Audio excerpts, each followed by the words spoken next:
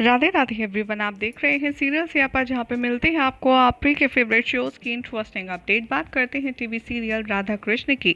तो आज रात के एपिसोड में दिखाया जाएगा कि जो भस्मासुर है वो महादेव से अपना मनवांछित वर पा लेता है और सबको भस्म करने की शक्ति प्राप्त कर लेता है। महादेव यहाँ पर तथास्तु कह करके उसका वर सिद्ध कर देते हैं। इधर दिखाया जाएगा कि श्री कृष्ण महादेव से कहते हुए नजर आते हैं, तो आप बताइए आराध्य, आपने जो माता पार्वती को वचन देने के बाद भी को वर आपने दे दिया, अब आप ही बताइए क्या इसमें मेरी गलती है या आपकी।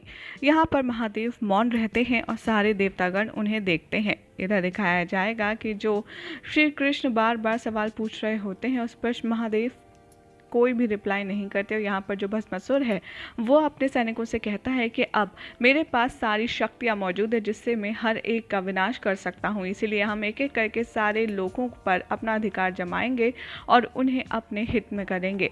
यानी कि अब वहाँ का राजा सिर्फ मैं हूँगा और वो लोग नहीं, इसीलिए अब सब मुझसे डरेंगे क्योंकि मेरे हाथों में एक ऐसी शक्ति है जिससे बच पाना हर किसी के लिए नामुमकिन है। हर हर महादेव, ये कह करके वो आक्रमण करने की सलाह देता है। यहाँ देवलोक में आक्रमण शुरू हो जाता है ब्रह्मासुर का, और यहाँ पर दिखाया जाएगा कि सारे देव वहाँ काफ़ी ज़्यादा चिंतित होंगे और एक एक करके जो छोटे छोटे देवता होते हैं उन्हें भस्मासुर भस्म करता रहता है, उनके सर पर हाथ रखता रहता है, जिसे देखकर सूर्यदेव कहते हैं इंद्रदेव से कि हमेशा होशियारी इसी बात में है कि हम यहाँ से विलुप्त हो जाएं, अन्यथा ये हमारे सर पर भी हाथ रख देगा और हमारी लीला खत्म हो जाएगी और ऐसे हमारी हार भी होगी। इंद्रदेव कहते हैं कि सूर्यदेव ये क्या कह रहे हैं, हम हार मान करके यहाँ से भाग जाएंगे युद्ध क्षेत्र में से। तभी इंद्रदेव बात कर ही रहे होते हैं, भस्मासुर चुपके से पीछे से आता है और इंद्रदेव पर हाथ रखने ही वाला होता है। तभी सूर्यदेव कहते हैं इंद्रदेव बचाइए खुद को। और भस्मासुर को अपने इतना नज़दीक देख सभी देवता गायब हो जाते हैं और सीधा पहुंच जाते हैं बैकुंठ। इधर भस्मासुर बहुत ही ज़्यादा खुश होता हुआ नजर आएगा और कहेगा कि वाह, पहले जब सिर्फ महादेव मेरे साथ थे तब मुझसे कोई नहीं डरता था, लेकिन अब इस वरदान से तो सब मुझसे खौफ से कांपते हैं। लेकिन इंद्र, तुम कब तक बचोगे। यहाँ पर इंद्र सिंहासन पर जो भस्मासुर है वो विराजमान हो जाता है और कहता है कि अब मेरी शक्तियों का अंदाज़ा सबको लग गया है, इसीलिए सब मुझसे डर कर अपने अपने सिंहासन छोड़कर भाग गए हैं। अद्भुत, लेकिन मैं तुम देवताओं को ज़्यादा दिन तक भागने नहीं दूंगा, तुम्हें भस्म करके ही रहूँगा। और यहाँ पर वो काफ़ी ज़्यादा क्रोध में होता है। सारे देवतागण हाथ जोड़े बैकुंठ पे पहुँचते हैं और विष्णु जी को कहते हैं कि हमारी रक्षा कीजिए। यहाँ भस्मासुर ने हमारे देवलोक पर आक्रमण करके अपना पत्र जमा लिया है। ऐसे में हमारे पास सिर्फ दो ही मार्ग शेष बचते हैं, एक कैलाश जाना और एक बैकुंठ आना। कैलाश हम जा नहीं सकते क्योंकि वहाँ पर भस्मासुर के आराध्य का वास है, उनके सामने शायद हमारी वो सहायता ना कर पाए, इसीलिए ऐसे में हम आपसे आग्रह करते हैं कि हमें बैकुंठ में जगह दें, हमें यहाँ रुकने की अनुमति दें जब तक सब कुछ ठीक नहीं हो जाता। यहाँ पर विष्णु जी कहते हैं कि बैकुंठ से कोई भी कुंठा लेकर के नहीं जाता, आप लोग यहीं रहिए और चिंता मत कीजिए, जल्द ही इस समस्या का निवारण भी हो जाएगा। यहाँ पर सारे देवतागण कहते हैं लेकिन अगर भस्मासुर यहाँ पर भी आ गया तो सभी काफ़ी ज़्यादा परेशान होते हैं, टेंशन में होते हैं भस्मासुर की शक्तियों को लेकर के। तभी यहाँ पर कहते हैं विष्णु जी कि आप लोग निश्चिंत होकर के यहाँ रहिए, यहाँ पर कुछ होगा तो मैं देख लूँगा। सब देवता चले जाते हैं। तब लक्ष्मी जी पूछती हैं कि स्वामी, अगर देवलोकों का देवगणों का ये जो डाउट है ये सच हो गया, अगर यहाँ भस्मासुर आ गया तो। तभी यहाँ पर विष्णु जी कहते हैं कि सब कुछ समय और परिस्थिति के पूर्व ही होता है। बैकुंठ का रास्ता इतना छोटा नहीं कि वो तुरंत ही यहाँ पर आ जाएगा, वो यहाँ आएगा, उसकी यात्रा लंबी है और अगर आएगा तो उसके कर्म फल उसका पीछा कैसे छोड़ेंगे जिससे मैं और महादेव तक नहीं बच सके। तो ऐसे में समय चक्र और काल चक्र उसको कैसे छोड़ सकता है। यहाँ पर जो भस्मासुर है वो सबके बड़े बड़े आलीशान सिंहासन पर जगह जमाता है और कहता है कि अब सब कुछ मेरा हो गया है, हर एक लोक में सिर्फ मेरा ही नाम गूंजेगा, सब मेरे ही अधीन होंगे, इसीलिए अब मुझसे ज़्यादा शक्तिशाली कोई नहीं। तभी यहाँ पर शुक्राचार्य प्रकट हो जाते हैं और कहते हैं कि तुमने बहुत अच्छा काम किया है। लेकिन तभी वो सैनिकों को बाहर जाने के लिए कहता है और दोनों की बातें शुरू होती हैं।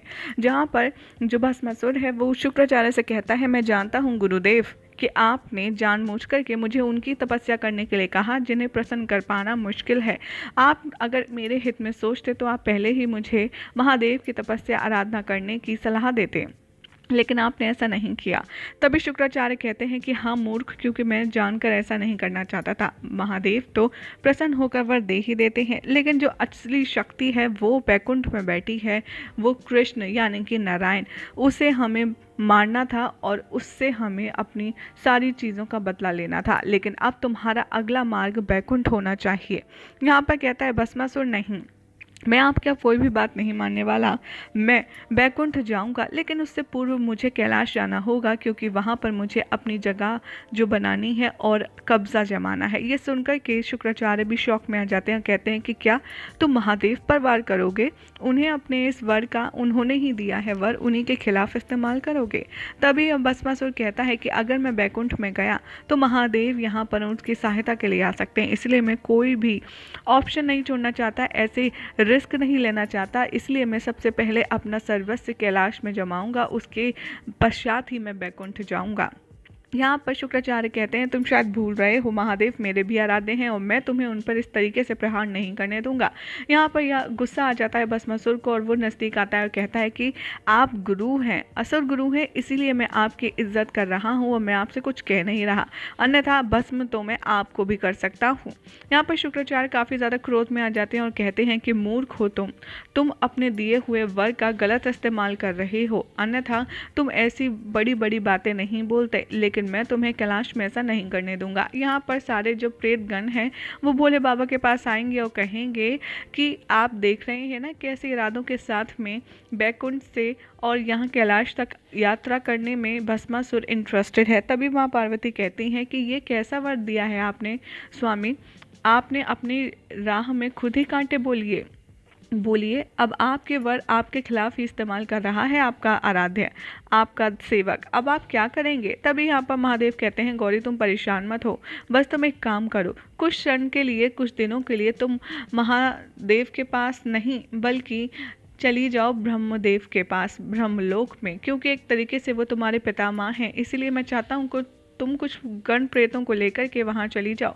पार्वती जी मना करती हैं और कहती हैं कि नहीं, आपको परेशानी में छोड़कर मैं भला कैसे जा सकती हूँ, मैं आपके जीवन संगिनी हूँ, आपकी अर्धांगिनी हूँ, इसलिए आपका जो भी सुख दुख होगा वो मैं आधा आधा बांटूंगी।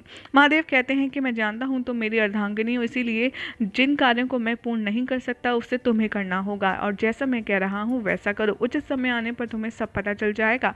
फ्लैशबैक से वापस आया जाता है जहाँ पर महादेव कहते हैं कृष्ण से कि ये सब कुछ किया धरा तो आप ही का था, मैं तो सिर्फ एक शाखा हूँ जिस पर भस्मासुर नामक फल लगा है, उसकी जड़ तो आप ही हैं। आप अगर नारद मुनि को नहीं कहते कि वो आपकी आराधना नहीं बल्कि मेरी करे तो मुझे ये विवश होकर के वरदान नहीं देना पड़ता, इसीलिए मैंने सोचा कि आप ही के पास आना चाहिए।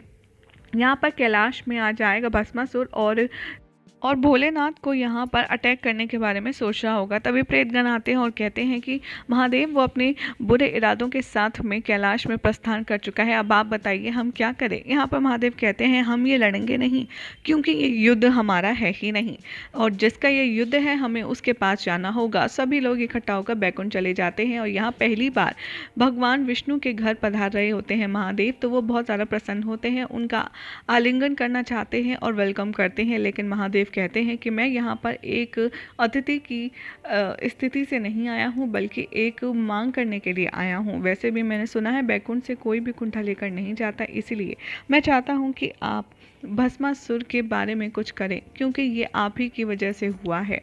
यहाँ पर फ्लैशबैक आता है वापस से और श्री कृष्ण कहते हैं कि आप बताइए आराध्य, मैं तो पल के बिछाए हाथ जोड़े आपके आदर सत्कार में खड़ा था, लेकिन आपने क्या किया? आपने सिर्फ भस्मासुर को ऐसा वरदान बिना सोचे समझे दे दिया जिसकी काफ़ी ज़्यादा कल्पना भी नहीं की जा सकती थी। यहाँ पर दिखाया जाएगा कि महादेव, फ्लैशबैक में फिर से कहानी शुरू होगी।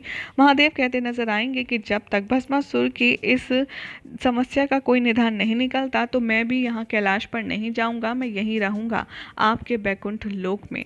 और सभी लोग ये देख कर के काफ़ी ज़्यादा चिंता में आ जाते हैं कि जब महादेव भी यहाँ रह रहे हैं और बाकी देवता भी यहाँ रह रहे हैं तो भस्मासुर अवश्य इधर आने वाला है। यही हो जाएगा श्राद्ध के एपिसोड का एंड, जिसके बाद कल क्या होगा आपको बताएंगे नेक्स्ट रिपोर्ट में। ऐसी मज़ेदार अपडेट्स के लिए चैनल को सब्सक्राइब करें और वीडियो को लाइक शेयर करना ना भूलें।